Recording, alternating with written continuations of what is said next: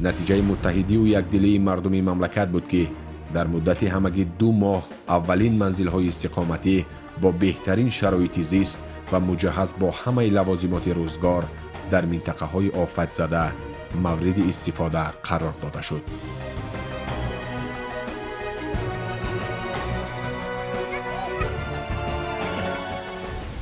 بعد چند روز به اینجا از تمام گوشه و کنار مسئولای بناکاری اومدن گرفت، مخصوصاً با سپارش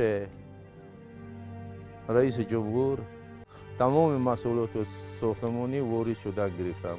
در مدت خیلی کوتاه‌ترین این شهرک نوبنیاد ساخته به اتمام رسید.